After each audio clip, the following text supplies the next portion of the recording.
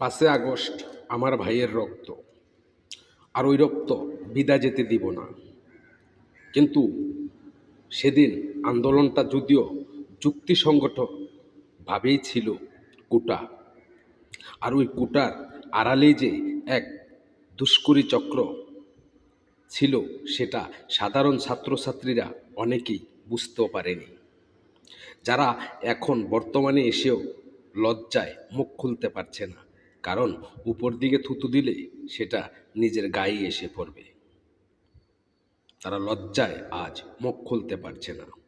আর অসাধু যে চক্রটা ছিল, যাদের প্ল্যান ছিল শেখ হাসিনাকে একেবারে মেরে ফেলার কিংবা তারা এই রাষ্ট্রীয় ক্ষমতাটা হাতে নেওয়ার, তারা ঠিকই রাষ্ট্রীয় ক্ষমতাটা হাতে নিয়েছে।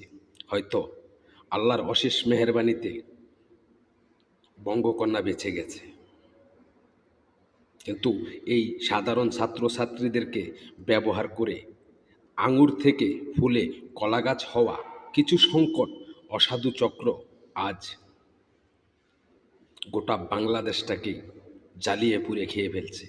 কিন্তু এই সাধারণ ছাত্রছাত্রীরা যা ছিল এখন তাই আছে, কিন্তু ব্যবহার করা হচ্ছে সেই আন্দোলনকে, আর সেটাকে ঠেলতে ঠেলতে এখন ব্যবসার দিকে নিয়ে গেছে। মৃত মানুষ নিয়ে ব্যবসা, এই আন্দোলনে পঙ্গু যারা হয়েছে তাদেরকে নিয়ে ব্যবসা।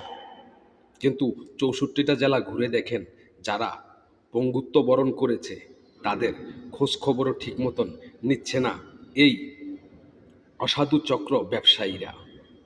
তবে সত্য তো আর চাপা থাকবে না, একদিন না একদিন তাদের মুখ থেকেই স্বীকারোক্তি দিবে, তারাই বলবে যে আসলেই পরিকল্পনাটা শুধুমাত্র শেখ হাসিনা ছিল, অন্য কিছু না।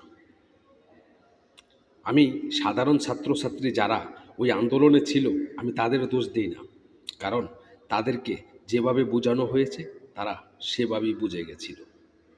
তো এখনও সময় আছে, রুখে দেন যারা আপনাদেরকে নিয়ে এখনও ব্যবসার বিশাল এক ভাণ্ডার খুলে বসেছে।